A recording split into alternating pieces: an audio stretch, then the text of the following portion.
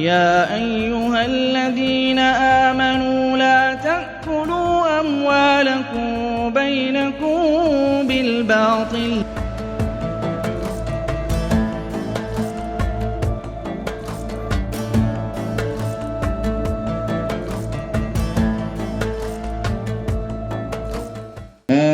Kita akan membahas tentang zakat profesi ini. Yang pertama itu nanti pokok bahasannya adalah pengertian dari zakat profesi atau istilah lainnya zakat penghasilan atau zakat pendapatan ya.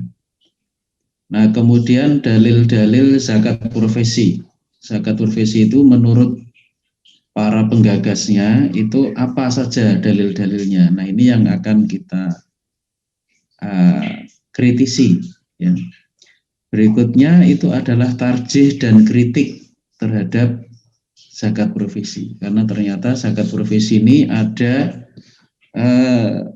kelemahan-kelemahan atau cacat-cacat di dalam gagasannya ya. Nanti akan kita lihat sejauh mana zakat profesi ini. Baik, yang pertama mengenai pengertian zakat profesi ya, kalau dalam bahasa Arab itu disebut dengan istilah zakat rawatib al-muwazzafin. Rawatib ini bentuk jamak dari rotib. Rotib itu artinya gaji. Jadi kalau rawatib itu ya artinya gaji-gaji ya. Al-muwazzafin para pegawai ya. Zakat gaji pegawai itu kalau arti harfiah dari istilah ini, zakat rawatib al-muwazzafin ya. Di dalam bahasa Indonesia ya sering kita sebut sebagai zakat profesi atau zakat penghasilan. Bisa juga disebut zakatu kasbil amal wal mihan al-hurrah. Bacanya mihan. Zakat kasbil amal, zakat hasil pekerjaan dan profesi swasta. Nah, ini ada sumbernya dari mana istilah-istilah itu berasal ya. Ini yang penggagas itu bisa disebut penggagas yaitu Syekh Yusuf Qaradawi dalam kitabnya Fikih Zakat ya. Ini yang literatur yang lain ini bukan penggagas tapi sekedar menampilkan pendapat dari Syekh Wahbah Zuhaili Al-Fiqhul Islami wa Adilatuhu. Kemudian ada yang mengkritik ya, tidak setuju. Ini dua literatur, Syekh Ali As-Salus dan Syekh Al-Yazid Ar-Rodi. Ya, ini mengkritik ya zakat profesi. Ya, Syekh Ali As-Salus dalam kitabnya Mausu'ah Al-Qadhaya Al-Fiqhiyah Al-Mu'asirah, sementara Syekh Al-Yazid Ar-Rodi ini menulis kitab Zakatu Rawatibil Muwazzafin ya. Baik. Apa pengertiannya? Nah, ini saya ambil pengertian dari Profesor Didin Hafiduddin dalam dua bukunya. Pertama, Panduan Praktis tentang Zakat, dan satu lagi Zakat dalam Perekonomian Modern ya. Zakat profesi itu apa? Ini zakat profesi menurut para penggagasnya didefinisikan sebagai zakat yang dikenakan pada setiap pekerjaan atau keahlian profesional tertentu, baik yang dilakukan sendiri maupun bersama orang / lembaga lain yang mendatangkan penghasilan atau uang yang memenuhi nisab. Nisab itu batas minimal yang wajib dizakati. Contohnya apa? Misalnya profesi seorang dokter, profesi konsultan, advokat, ya, dosen, arsitek, dan sebagainya. Ya, jadi zakat profesi intinya ya zakat yang dikenakan pada setiap profesi, dengan profesi itu menghasilkan uang yang mencapai nisab. Ya. Nah, intinya itu zakat profesi. Nah, bagaimana ketentuan tentang nisabnya? Nah, ini kalau menurut Syekh Yusuf Qaradawi, nisab zakat profesi itu adalah senilai 85 gram emas, ya, dan jumlah yang wajib dikeluarkan itu sama dengan 2,5%. Ya. Nah, zakat profesi menurut mereka yang menggagas itu dikeluarkan langsung saat menerima gaji atau setelah diperhitungkan selama kurun waktu tertentu.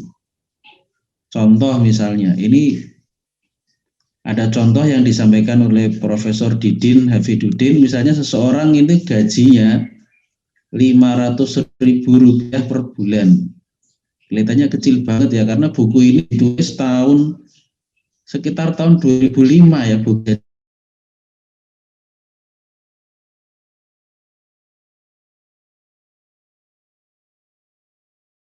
Keluarkan langsung zakatnya 2,5% setelah gajian setiap bulan, atau membayar 1 kali setiap tahun dengan besaran dikalikan 12 ya, 12 kali 2,5% kali 500.000. Jadi bisa dikeluarkan bulanan, langsung dipotong gaji, dipotong 2,5%, atau dibayar 1 tahun ya, yaitu 2,5% dikalikan gaji selama 12 bulan. Jadi gaji 12 bulan berapa dihitung, kalikan 2,5%. Ya. Nah, ini cara nisab dan cara perhitungan untuk zakat profesi. Nah, kira-kira apa yang menjadi dalil dari zakat profesi ini? Ya, ini sebagai pokok bahasan yang kedua. Nah, ini saya menelusuri dari penggagasnya ya. Gagas itu Syekh Yusuf Qaradawi, walaupun dari bacaan saya sebenarnya bukan beliau juga ya, karena ada satu nama lagi yang sering disebut sebagai penggagas yang sebenarnya, tapi akhirnya dinisbatkan kepada Syekh Yusuf Qaradawi. Itu Syekh Muhammad Abu Zahroh, itu gurunya Syekh Yusuf Qaradawi. Tapi akhirnya lebih sering orang menyebut ini gagasan Syekh Yusuf Qaradawi karena beliau yang menuliskan di kitabnya, yaitu fikih zakat. Nah, landasan fikih atau at-takyif al-fikhi, landasan fikih atau adab profesi ini menurut Syekh Yusuf Qaradawi itu adalah perbuatan sahabat yang mengeluarkan zakat untuk al-malul mustafad. Al-malul mustafad itu artinya adalah harta perolehan. Jadi yang menjadi landasan zakat profesi ini, kalau kita lihat itu intinya perbuatan sebagian sahabat Nabi yang mengeluarkan zakat untuk harta yang disebut al-malul. Apa itu al-malul mustafad? Al-malul mustafad atau harta perolehan adalah setiap harta baru yang diperoleh seorang muslim melalui salah satu cara kepemilikan yang disyariatkan, yang dihalalkan ya. Seperti misalnya seseorang mendapatkan harta dari waris ya, kemudian ada yang memberikan hibah kepada dia atau upah pekerjaan dan yang semisalnya ya. Jadi ini yang perbuatan sahabat mengeluarkan zakat untuk al-malul mustafad, inilah yang disebut oleh Syekh Yusuf Qaradawi dalam kitabnya fikih zakat ya. Nah, menurut Syekh Yusuf Qaradawi, beliau mengambil pendapat sebagian sahabat seperti Ibnu Abbas dan Ibnu Mas'ud ya, juga pendapat sebagian tabi'in yaitu Az-Zuhri, Hasan Basri dan Makhul, yang mengeluarkan zakat dari al-malul mustafad pada saat menerimanya tanpa mensyaratkan haul, yaitu dimiliki selama 1 tahun komariah. Jadi nggak pakai haul-haulan gitu ya, gampangnya gitu. Jadi pokoknya begitu mendapat langsung dikeluarkan. Ya. Jadi dulu para sahabat sebagian para sahabat itu ketika mendapatkan harta perolehan al-malul mustafa, tapi al-malul mustafa tidak hanya upah dari kerja ya, bukan hanya gaji dari pekerjaan, tapi bisa itu harta itu dari waris ya, harta itu dari hibah dan sebagainya, termasuk harta dari upah kerja. Ketika memperoleh itu langsung dikeluarkan zakatnya pada saat menerima tanpa tanpa melihat lagi haulnya sudah tercapai atau belum. Ya. Nah, bahkan dalam kitabnya Fikih Zakat ya, Syekh Yusuf Qaradawi ini kemudian melemahkan hadis yang mewajibkan haul. Haul itu artinya mengendap atau dimiliki selama 1 tahun hijriyah. Ya, ini kalau Syekh Yusuf Qaradawi ini mendoifkan atau menilai doif hadis yang mensyaratkan haul ya untuk harta zakat, yaitu hadis dari Ali bin Abi Thalib bahwa Nabi Shallallahu Alaihi Wasallam bersabda, la zakata fi malin hatta yahula alaihil haulu. La zakata, tidak ada zakat ya fi malin pada suatu harta hatta yahula alaihil haulu, hingga berlalu pada harta zakat itu haul, yaitu 1 tahun ya. Nah ini hadis ini menurut Syekh Yusuf Qaradawi ini beliau nilai lemah ya atau dhaif dalam kitabnya ini Fikih Zakat juz 1 halaman 491 sampai 502 ya. Nah, kemudian ini mengenai dalilnya, ini ada yang menambahkan. Jadi kalau teman-teman di Indonesia ya misalnya membaca buku atau literatur atau artikel mengenai zakat profesi, lalu di situ ada dalilnya misalnya dari Quran, dari hadis, itu ketahuilah bahwa itu tuh bukan asli dari Syekh Yusuf Qaradawi, penggagasnya sendiri. Syekh Yusuf Qaradawi itu tidak menyampaikan satu ayat atau satu hadis tentang zakat profesi, itu tidak. Beliau itu hanya mendasarkan zakat profesi itu pada perbuatan sahabat yang mengeluarkan zakat dari al-malul mustafad. Baru setelah Syekh Yusuf Qaradawi itu menggagas zakat profesi, kemudian pendapatnya ini nampaknya diterima oleh sebagian ulama di Indonesia, ini kemudian mereka menambah dalil. Padahal aslinya penggagasnya sendiri tidak menyebutkan dalil Al-Quran loh, atau dalil hadis ya, silahkan dicek di kitabnya Syekh Yusuf Qaradawi. Beliau menyebut ayat enggak, atau hadis enggak, atau ijma enggak gitu terkait dengan zakat profesi? Jawabannya itu tidak. Beliau hanya menyampaikan pendapat sahabat atau perbuatan sahabat, ya, tidak ada yang lain. Tapi kemudian ketika kitabnya itu sampai ke Indonesia, itu ulama-ulama itu kemudian yang mengadopsi zakat profesi itu kemudian menambahkan dalil ini, kemudian dikiaskan dengan ini, dikiaskan dengan itu. Ya, akhirnya kita kalau membaca zakat profesi ya, kalau dalam literatur atau artikel bahasa Indonesia, kita itu kehilangan jejak untuk melacak pemikiran yang awal. Jadi saya sarankan kalau teman-teman itu mau melacak zakat profesi, itu lacaklah pemikirannya Syekh Yusuf Qaradawi, karena dialah penggagasnya yang awal.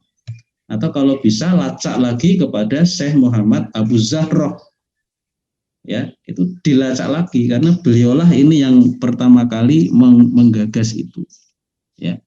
Jadi kalau kita mau menggagas atau mempelajari zakat profesi, kita jangan menganggap itu ide orisinil dari ulama Indonesia. Tidak, itu hanya mengikuti dari Syekh Yusuf Qaradawi. Nah, Ustadz Didin Hafidhuddin itu menambahkan dalil zakat profesi dari ayat Quran ya, ini disebut oleh beliau dalam bukunya zakat dalam perekonomian modern, ya, halaman 95 dan seterusnya, yaitu surat Al-Baqarah ayat 267. Ya ayyuhalladzina amanu anfiqu min thayyibati ma kasabtum wa mimma akhrajna lakum minal ardh. Ya ayyuhalladzina amanu, hai orang-orang yang beriman, anfiqu, infakkanlah, min, dari sebagian, thayyibati, yang baik-baik, ma, apa-apa, kasabtum, apa-apa yang kamu usahakan.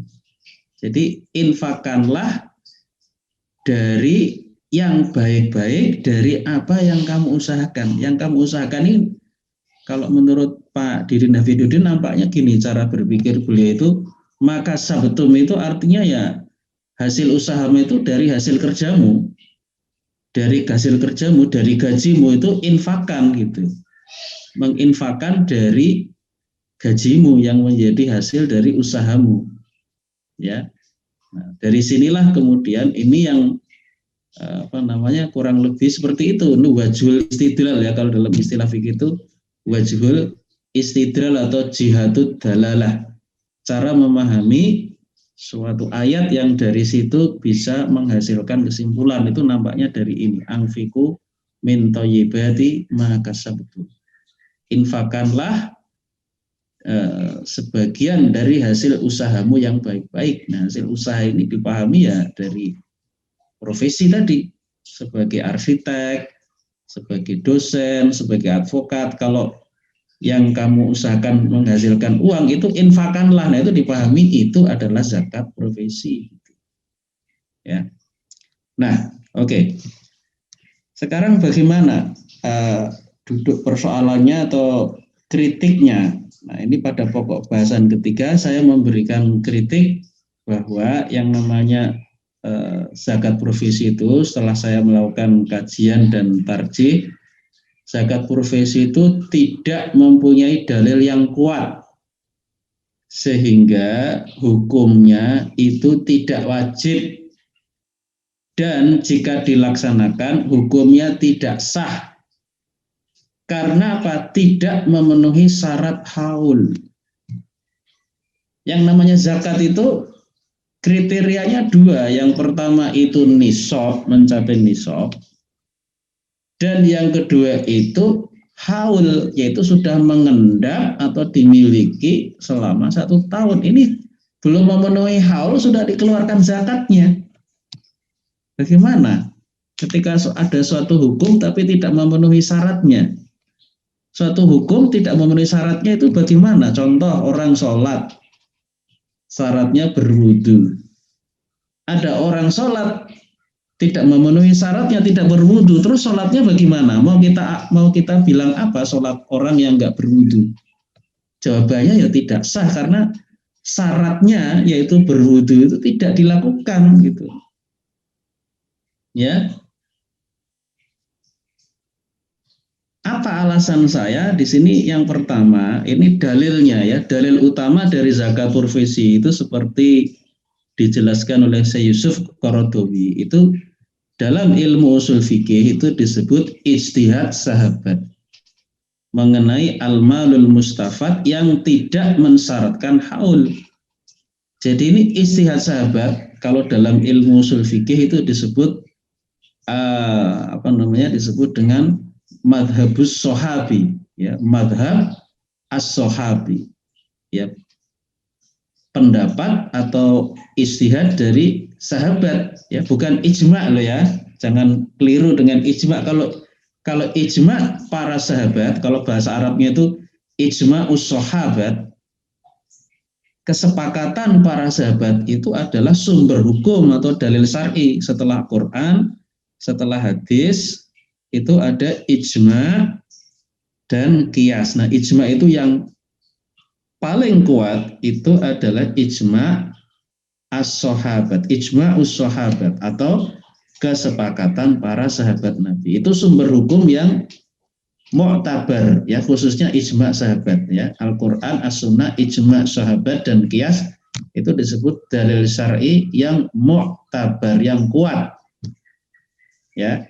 Kalau ada yang lain-lain selain daripada ini, itu disebut dalil syar'i yang mukhtalaf fihi. Kalau yang tadi yang kuat itu mujma' alaihi min qibali jumhuril ulama. Jadi yang 4 tadi Al-Qur'an, As-Sunnah, ijma' ya. Kalau jumhur ulama itu Al-Qur'an, As-Sunnah, ijma' saja, nggak pakai sahabat, dan qiyas. Itu sumber hukum yang disepakati mayoritas ulama atau jumhur ulama. Nah, di antara jumhur ulama ini lebih khusus lagi yang paling kuat itu sumber hukum itu Al-Quran, As-Sunnah, ijma' sahabat. Jadi bukan ijma' secara umum, tapi ijma' sahabat dan qiyas. Nah, ada sumber-sumber hukum yang lain yang itu istilahnya itu sumber hukum yang mukhtalaf fihi, ya, yang diperselisihkan oleh para ulama mengenai keabsahannya sebagai sumber hukum. Artinya ada sebagian ulama yang menggunakannya sebagai sumber hukum, sebagian yang lain tidak. Contohnya apa? Madhab sahabi atau istihad sahabat ini tidak semua ulama itu sepakat menggunakannya sebagai sumber hukum. Ya. Nah, padahal, ini keterangan lanjutannya tadi. Jadi kalau kita meneliti pendapat Syekh Yusuf Qaradawi itu, beliau itu dalam kitabnya Fikih Zakat, ketika menggagas zakat profesi itu tidak berhujah beliau itu dengan Al-Quran atau As-Sunnah atau Ijma' atau Qiyas, tapi ijtihad sahabat atau madhabus sahabi.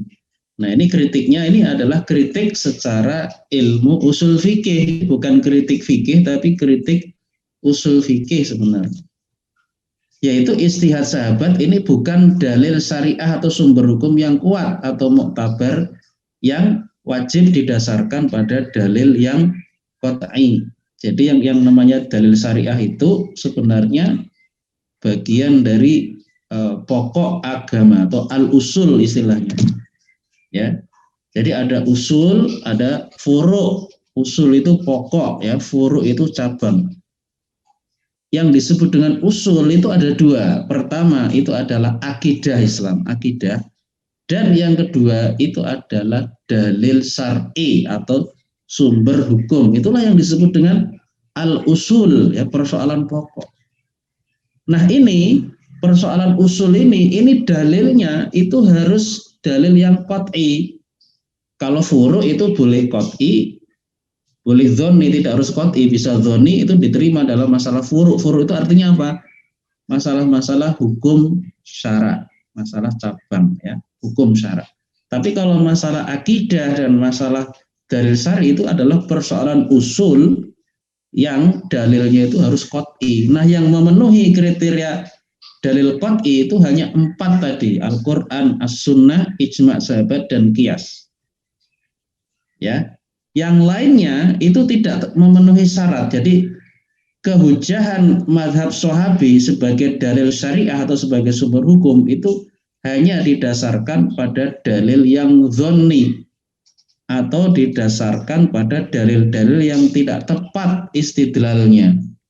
Ya, ini sebagaimana dijelaskan oleh Imam Taqiyuddin An-Nabhani dalam kitab beliau Shakhsiyah Islamiyah juz 3 halaman 404 dan 418. Jadi beliau Imam Taqiyuddin An-Nabhani itu mengatakan begini dalam bukunya, ini saya sebutkan argumen beliau, enggak dalilnya. Oh enggak ya. Ini saya sebutkan, saya jelaskan sedikit di kitab beliau ini. Jadi di kitab beliau ini Shakhsiyah Islamiyah juz 3 khususnya yang halaman 404 ya. Itu beliau mengatakan mengapa madhab sahabi atau istihad sahabat itu tidak layak menjadi sumber hukum.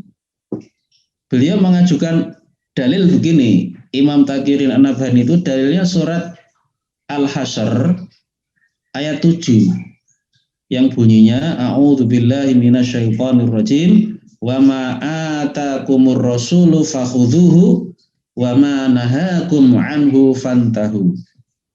Artinya wa ma, dan apa saja yang atakumur rasulu diberikan oleh Rasulullah kepadamu, jadi dan apa saja yang diberikan oleh Rasulullah kepadamu, wa ma'atakumur rasulu fakhudhuhu, maka ambillah itu, wa nahakum anhu, dan apa saja yang dia larang, wa manahakum, larang oleh Rasul darimu, fantahu, maka berhentilah kamu.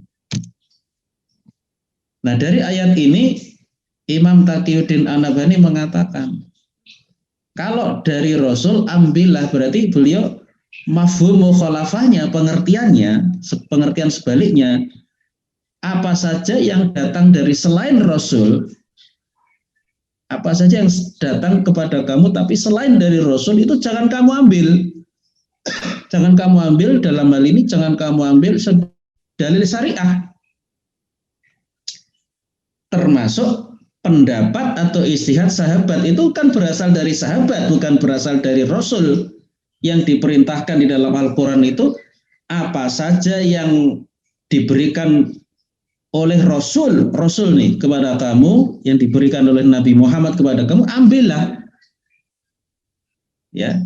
Tetapi kalau itu bukan dari Rasul, ya itu jangan kamu ambil. Itu pemahaman sebaliknya, itu yang disebut dengan mafhum mukhalafah. Nah, mazhab sahabi ini, ijtihad sahabat ini dari siapa? Apakah dari Rasulullah atau dari sahabat? Jawabannya kan dari sahabat.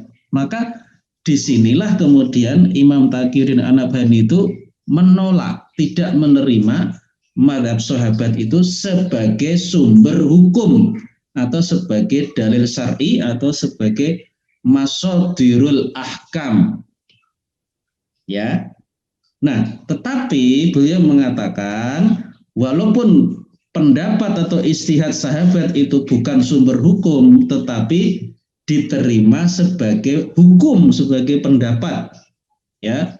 Dan ketika diterima sebagai hukum, bukan sumber hukum, ya, diterima sebagai hukum atau hukum syara atau hasil ijtihad, itu statusnya boleh diikuti, tapi tidak wajib. Hanya yang meyakini mazhab sahabi saja yang mengambil. Tapi kalau ulama yang tidak meyakini mazhab sahabi ini sebagai sumber hukum, ya dia tidak ada kewajiban apa-apa, tidak ada kewajiban mengikutinya, hanya sekedar boleh saja diikuti tapi tidak wajib. Ya. Nah, seperti itu. Jadi dalam kitab Saksiyah 3 ini Imam Taqiyuddin An-Nabhani menggunakan dalil tadi, ya, wa ma'atakumur rasulu fakhudhuhu, apa saja yang diberikan oleh Rasulullah kepadamu maka ambillah. Nah, beliau itu kemudian menarik mafhum mukhalafah atau pengertian sebaliknya. Berarti kalau dari Rasul itu wajib kamu ambil, tapi kalau bukan dari Rasul, ya itu jangan kamu ambil sebagai sumber hukum. Meskipun demikian, Imam Taqiyuddin An-Nabhani tetap memberikan penilaian begini, bahwa meskipun demikian, yaitu kedudukan mazhab sahabi ini bukan sebagai sumber hukum, tetapi hasil ijtihad para sahabat itu merupakan hasil ijtihad yang paling tinggi kualitasnya, karena mereka itu adalah orang-orang yang bergaul langsung dengan Rasulullah, orang-orang yang menerima Al-Quran itu langsung dari Rasulullah. Jadi secara posisi pendapat fikih, ya, bukan dalil syariah, sebagai pendapat fikih, maka pendapat fikih para sahabat itu merupakan pendapat yang kualitasnya paling tinggi, ya, dibanding hasil ijtihad mujtahid yang lain. Itu hasil ijtihad generasi sahabat itu paling tinggi nilainya, paling tinggi martabatnya atau kedudukannya. Hanya saja beliau kemudian menambahkan begini juga, meskipun kedudukannya itu tinggi, tetapi mereka itu dalam berijtihad itu juga seperti para mujtahid yang lain, yang itu kadang bisa benar, kadang bisa salah. Yang ini juga menjadikan ijtihad sahabat ini tidak layak untuk dijadikan sumber hukum, karena hasil ijtihad sahabat itu, pendapat sahabat itu kadang salah, kadang benar, gitu loh. Ya, beliau memberikan contoh atau menyampaikan betapa banyak, beliau mengatakan betapa banyak hasil ijtihad sebagian sahabat itu yang kemudian terbukti keliru atau salah, ya, yang kemudian pendapat yang lain itu yang lebih kuat. Nah, seperti itu. Nah, ini saya berikan contoh satu tambahan ya, bahwa yang namanya pendapat sahabat itu tidak selalu benar. Yang ini memperkuat argumen bahwa ijtihad sahabat atau madhab sahabi ini memang bukan sumber hukum, bukan dalil syar'i, walaupun dia adalah hasil ijtihad tapi kedudukannya bukan sumber hukum. Misalnya sahabat Nabi Ibnu Abbas itu pernah mempunyai pendapat terkait dengan riba, bahwa riba itu hanya riba nasi'ah, tidak ada riba fadl. Kalau riba nasi'ah itu artinya riba dalam utang piutang, ya. Tapi kalau riba fadl itu artinya riba dalam jual beli, misalnya jual beli kurma, ya, kurma bagus dengan kurma sedang tapi beratnya nggak sama, misalnya kurma sedang 2 kilo ditukar dengan kurma yang bagus bukan 2 kilo tapi 1 kilo dipertukarkan, itu kan nggak boleh, terjadi riba fadl. Nah, itu pernah Ibnu Abbas itu mengatakan itu yang ada itu hanya riba nasi'ah saja, karena beliau berpegang pada hadis Nabi innamar riba fin nasi'ah, sesungguhnya riba itu tiada lain adalah fin nasi'ah, yaitu riba nasi'ah, riba yang terjadi pada utang piutang. Ya. Tetapi kemudian dalam perkembangan berikutnya ternyata Ibnu Abbas ini meralat pendapat beliau, akhirnya beliau menerima juga pendapat bahwa di samping riba nasi'ah, riba fadl itu juga haram gitu. Ya. Jadi ini kan menjadi bukti bahwa sahabat Nabi seperti Ibnu Abbas saja itu pernah ya mempunyai pendapat yang salah atau keliru, karena mungkin beliau itu belum mendapatkan hadis Nabi tentang riba fadl. Yang beliau dengar itu adalah hadis innamar riba fin nasi'ah, dan itu kalau teman-teman mengecek dalam kitab-kitab hadis, innamar riba fin nasi'ah itu an Ibnu Abbas sendiri yang mendengar dari Rasulullah. An Ibni Abbasin anna Rasulullah sallallahu alaihi wasallam yaqul innamar riba fin nasi'ah. Dari Ibnu Abbas bahwa Rasulullah bersabda riba itu tiada lain adalah dalam nasi'ah, dalam penundaan, lalu ketika terjadi penundaan pembayaran utang ada tambahannya, itu namanya riba nasi'ah. Sementara kalau riba fadl itu kan diriwayatkan oleh diantaranya ya sahabat Nabi namanya Ubadah bin Somit. Jadi yang mendengar langsung dari Rasulullah itu memang bukan Ibnu Abbas ya, tapi Ubadah bin Somit. An Ubadah ibn As-Somit. Dari Ubadah bin Somit dia mengatakan, ini yang mendengar Ubadah bin Somit. Dia mengatakan bahwa Rasulullah Shallallahu Alaihi Wasallam bersabda, "Az-zahabu biz-zahab, emas ditukar dengan emas, wal fiddatu bil fiddah, perak ditukar dengan perak, wal buru bil buri, gandum dengan gandum, ya, wasyairu bisyairi, jawawut dengan jawawut, watamru bitamri, kurma dengan kurma, wal milhu bil milhi, garam dengan garam." Jadi ada 6 yang disebut, yaitu emas, perak, gandum, jawawut, kurma, garam. Mithlan bimithlin, sawaan bisawain, itu ketika dipertukarkan harus sama takarannya atau timbangannya. Yadan biadin, dan harus terjadi secara kontan. Fa idza ikhtalafat hadhil asnafu, dan kalau berbeda-beda jenis-jenisnya yang dipertukarkan, fabi'u kaifa syi'tum idza kana yadan biadin, maka juallah sesuka kamu, yang penting itu tetap harus yadan biadin, terjadi secara kontan. Ini riwayat Imam Muslim nomor 1587. Ini tapi yang mendengar itu Ubadah bin Somit. Jadi memang Ibnu Abbas itu memang tidak mendengar hadis ini. Ini yang kemudian sebagian ulama mengatakan, oh wajar Ibnu Abbas itu hanya menerima riba itu riba nasi'ah saja. karena beliau tidak mendengar hadis itu, yang mendengar adalah sahabat Nabi yang lain yang namanya Ubadah bin Somit. Ya. Nah, jadi pendapat para sahabat itu oleh karena itu tidak bisa menjadi sumber hukum, karena hasil istihad atau pendapat mereka itu ya seperti itu, kadang-kadang itu salah gitu ya. Contoh yang lain misalnya pendapat Ali bin Abi Thalib mengenai hukuman mati untuk orang yang murtad. Pada masa kepemimpinan Ali bin Abi Thalib itu beliau menjatuhkan hukuman mati kepada orang-orang zindik yang murtad. Orang zindik itu ya orang yang tidak percaya kepada Allah, tidak beriman kepada Allah. Itu dihukum mati dengan cara dibakar gitu. Dengan cara dibakar. Maka kemudian setelah sampai informasi itu kepada sahabat Nabi yang namanya Ibnu Abbas itu mengatakan lau kuntu ana la uharrikuhum. Kalau menurut saya itu tidak akan membakar mereka. Walakin qataltuhum, tetapi aku hanya akan membunuh mereka, menjatuhkan hukuman mati tapi bukan dibunuh. Li'anna Rasulullah sallallahu alaihi wasallam yaqul, karena Rasulullah sallallahu alaihi wasallam itu telah bersabda, man baddala dinahu faqtuluhu.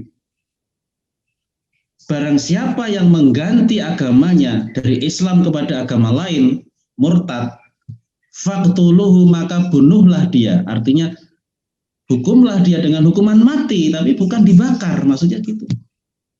Jadi pada kasus yang kedua ini yang menarik, Ibnu Abbas itu mengoreksi pendapatnya Ali bin Abi Thalib yang memang salah gitu. Itu tidak betul, karena memang itu terjadi nasakh pada hadis tadi. Dalam riwayat Imam Bukhari itu diterangkan memang awalnya Nabi memerintahkan untuk membunuh orang yang murtad. Orang yang murtad itu memang awalnya itu hukumannya hukuman mati, tapi hadis ini dinasakh, dihapus oleh Nabi sendiri. Nabi mengatakan, aku pernah memerintahkan kalian membakar.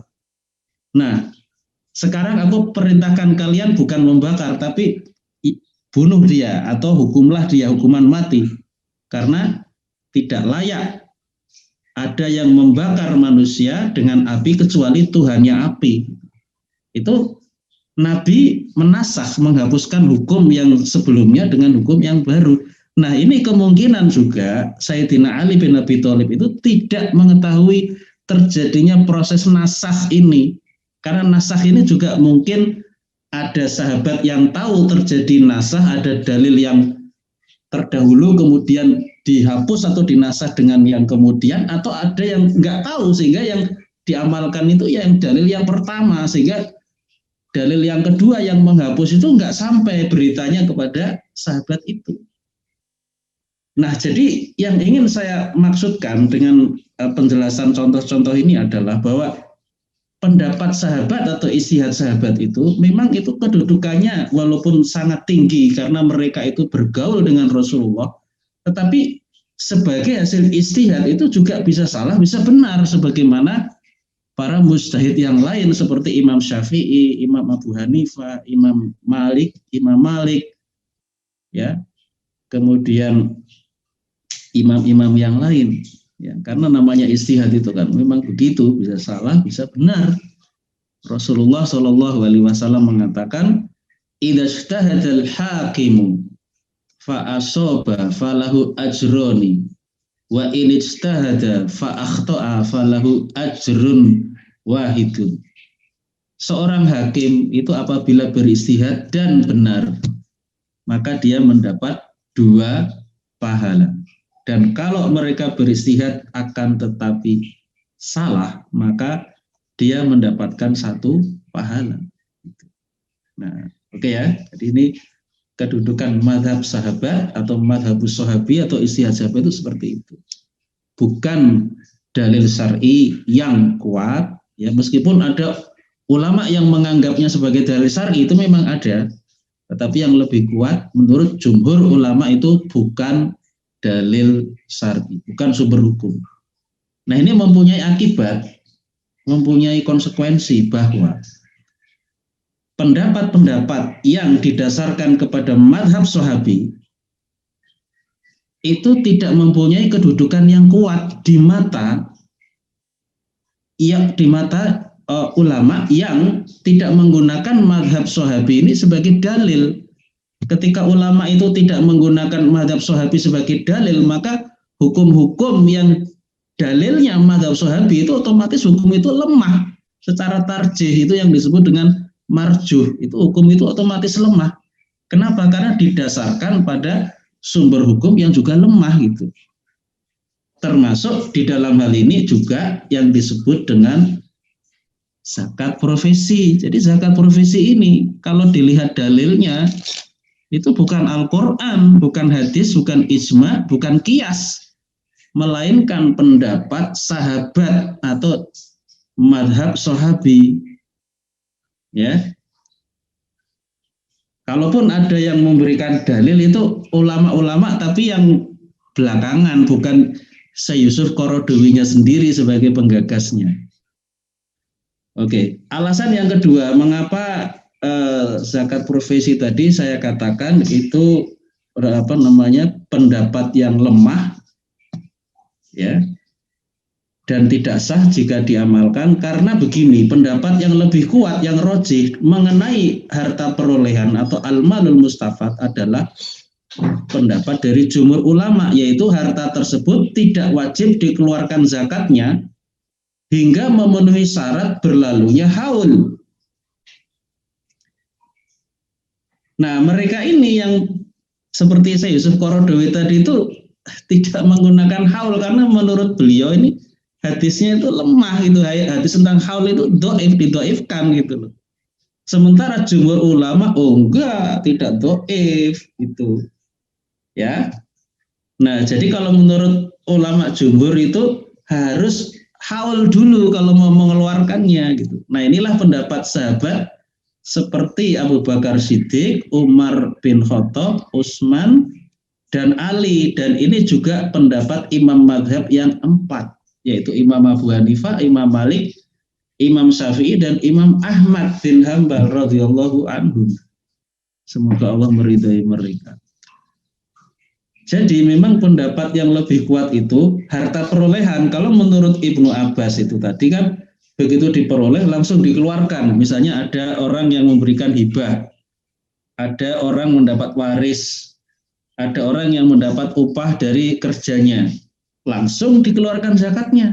Tapi menurut yang lain tidak, itu menunggu dulu dong, haul dulu gitu. Siapa mereka yang mengharuskan menunggu haul? Ya ini diantaranya Abu Bakar Siddiq, Umar bin Khattab, Utsman bin Affan, dan Ali bin Abi Thalib. Itu semuanya sepakat harus haul dulu. Ya. Juga pendapat imam mazhab yang 4, Imam Abu Hanifah, Imam Malik, Imam Syafi'i, dan Imam Ahmad. Jadi kedudukan hadis tentang haul ini sebenarnya sangat kuat gitu. Ya, jadi sebenarnya bukan hadis yang lemah gitu. Nah, ini disebutkan dalam beberapa literatur ya, yang saya kutip di sini, yaitu Syekh Al-Yazid Ar-Radi dalam kitabnya Zakat Rawatibil Muwazzafin, dan Syekh Wahbah Zuhaili dalam kitabnya Al-Fiqhul Islami wa Adillatuh. Ketiga, ini tentang hadis tentang haul. Ini menarik, ini kalau kita dalami. Tidak tepat penilaian Syekh Yusuf Qaradawi bahwa hadis tentang haul itu adalah hadis yang lemah atau dhaif. Alasannya apa beliau mendhaifkan? Syekh Yusuf Qaradawi itu sebenarnya mengikuti pendapat Imam Ibnu Hazm yang melemahkan hadis haul dari jalur Ali bin Abi Thalib radhiyallahu anhu, karena ada perawi atau periwayat hadis yang bernama Jarir bin Hazim yang dinilai lemah oleh Ibnu Hazm. Jadi Syekh Yusuf Qaradawi itu mengatakan hadis tentang haul dari jalur Ali bin Abi Thalib itu lemah karena ada perawi hadis yang namanya Jarir bin Hazim yang dinilai lemah, itu mengikuti pendapat Ibnu Hazm. Ya. Nanti bisa dilihat di literatur ini. Kalau di Imam Ibnu Hazm di kitabnya Al-Muhalla juz yang ke-6 halaman 70. Kalau di Fikih Zakat Syekh Yusuf Qaradawi juz 1 halaman 494. Nah, yang menjadi persoalan itu begini, ternyata Imam Ibnu Hazm itu meralat penilaiannya. Awalnya beliau mengatakan Jarir bin Hazim itu lemah. Tetapi kemudian mengakui bahwa Jarir bin Hazim adalah perawi hadis yang sahih. Jadi Imam Ibnu Hazm itu nampaknya ada dua pendapat ya. Kalau istilah di mazhab Syafi'i itu ada qaul qadim, ada qaul jadid. Pendapat lama mengatakan Jarir bin Hazim itu lemah. Pendapat yang baru mengatakan Jarir bin Hazim ini bukan perawi yang lemah, dia perawi yang bisa diandalkan, perawi yang kredibel.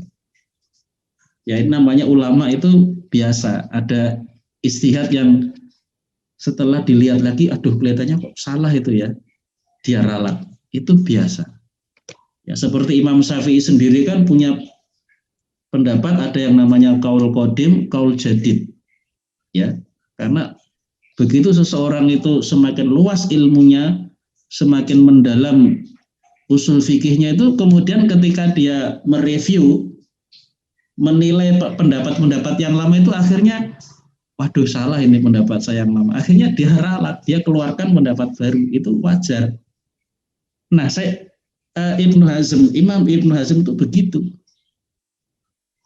Awalnya menilai hadis yang dari Ali bin Abi Thalib tadi, yang bunyinya tadi loh. La zakata fi malin hatta yahula alaihil haul. Nah, itu. Tidak ada zakat pada suatu harta hatta yahula alaihil haul, sampai harta itu berlalu satu haul, 1 tahun. Itu dalam rangkaian sanadnya, mata rantai perawi hadis itu ada perawi hadis yang namanya Jarir bin Hazim ini. Gitu. Nah, awalnya Imam Ibnu Hazm itu mengatakan itu lemah, tapi kemudian dia koreksi. Nah, seharusnya Syekh Yusuf Qaradawi itu mengikuti pendapat terakhir Imam Ibnu Hazm ini, yang memandang Jarir bin Hazim sebagai periwayat hadis yang sahih, tapi ternyata beliau tidak.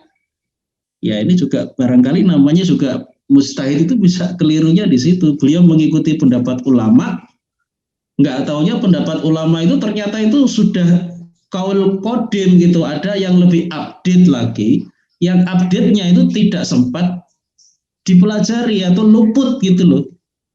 Saya kasih contoh yang lain. Dalam masalah ini ya, masalah jual beli jual beli emas secara tidak tunai. Boleh nggak jual beli emas itu kalau utang atau tidak tunai? Jumhur ulama itu mengatakan nggak boleh, harus yadan biadin, harus kontan. Tapi ada yang berpendapat itu boleh tidak tunai asalkan itu adalah bentuknya perhiasan emas. Itu pendapat dari Imam Ibnu Taimiyah. Diikuti oleh muridnya Imam Ibnu Qayyim al-Jauziyah, bahwa jual beli emas secara tidak tunai, tidak yadan biadin itu boleh asalkan bentuknya itu emas perhiasan, barang dagangan, bukan emas dalam arti koin, dinar atau dirham ya.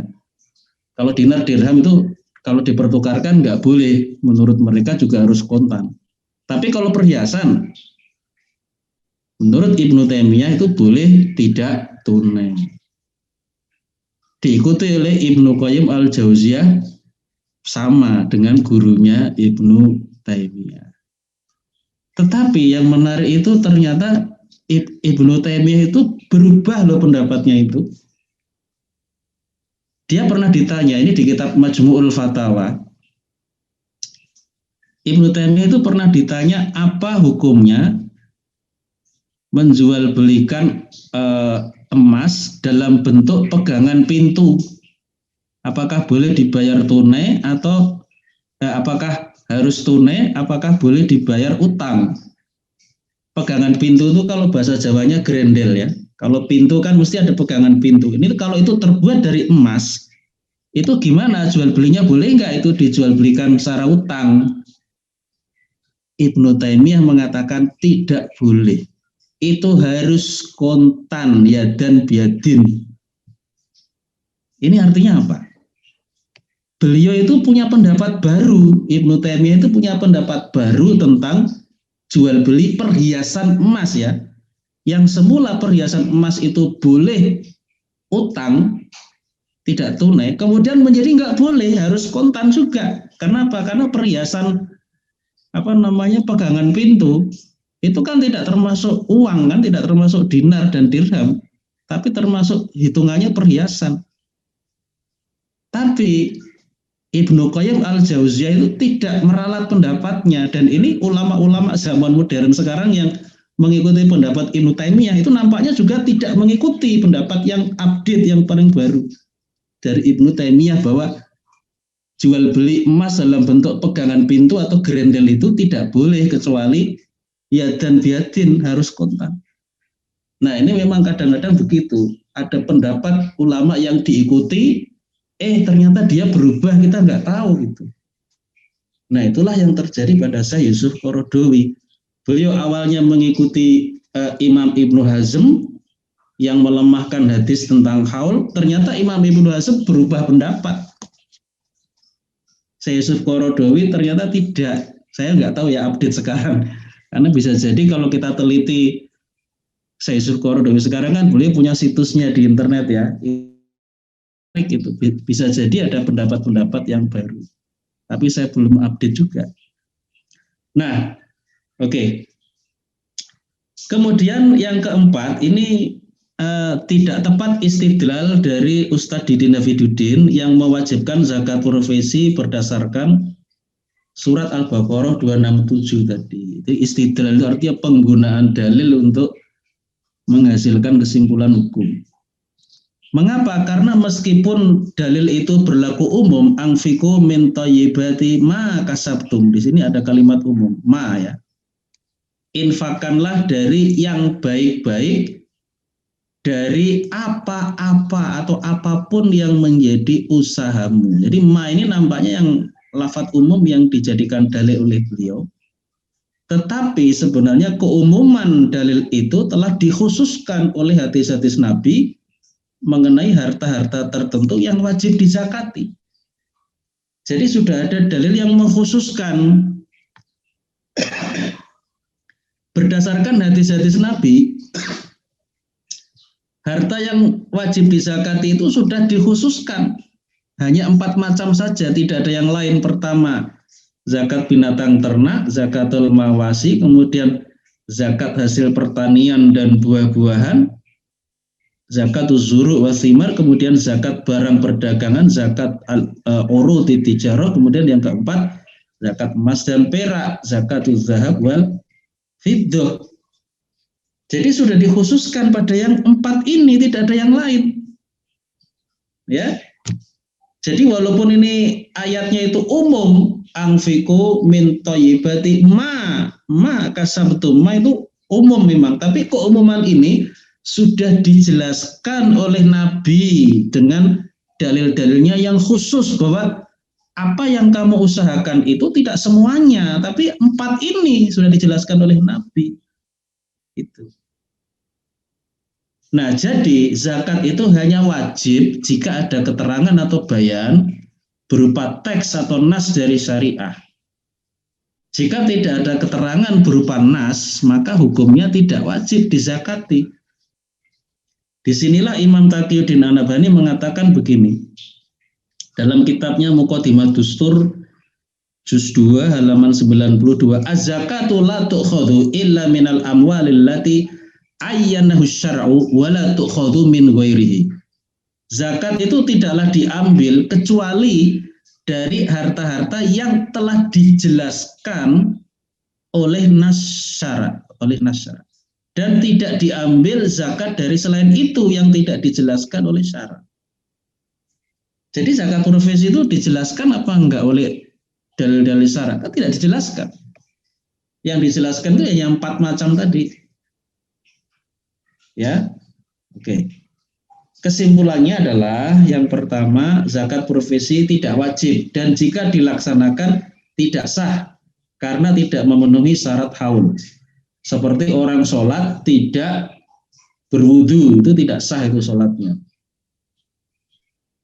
Yang kedua, maka uang hasil profesi itu tidak sah dikeluarkan zakatnya pada saat menerima tapi wajib digabungkan lebih dulu dengan uang yang sudah dimiliki sebelumnya. Zakat baru dikeluarkan setelah uang gabungan itu mencapai nisab dan berlalu haul atasnya. Jadi kalaupun kita ada profesi tidak langsung dapat langsung dikeluarkan, jadi bukan bulanan. Uang itu kita kumpulkan dulu, digabung dengan uang-uang yang lain yang kita miliki, namanya zakat uang, bukan zakat profesi. Zakat uang itu bisa uang dari profesi, bisa uang dari waris, bisa uang dari hibah dan sebagainya. Jadi intinya itu zakat uang sebenarnya. Kalau zakat uang kan itu memang disyariatkan, ya. Nah, tetapi itu harus memenuhi satu nisab, ya. Yang kedua adalah haul. Jadi haul itu hadisnya sangat kuat, ya. Jadi bukan hadis yang dhaif. Baik, terima kasih, itu yang bisa saya sampaikan. Assalamualaikum warahmatullahi wabarakatuh.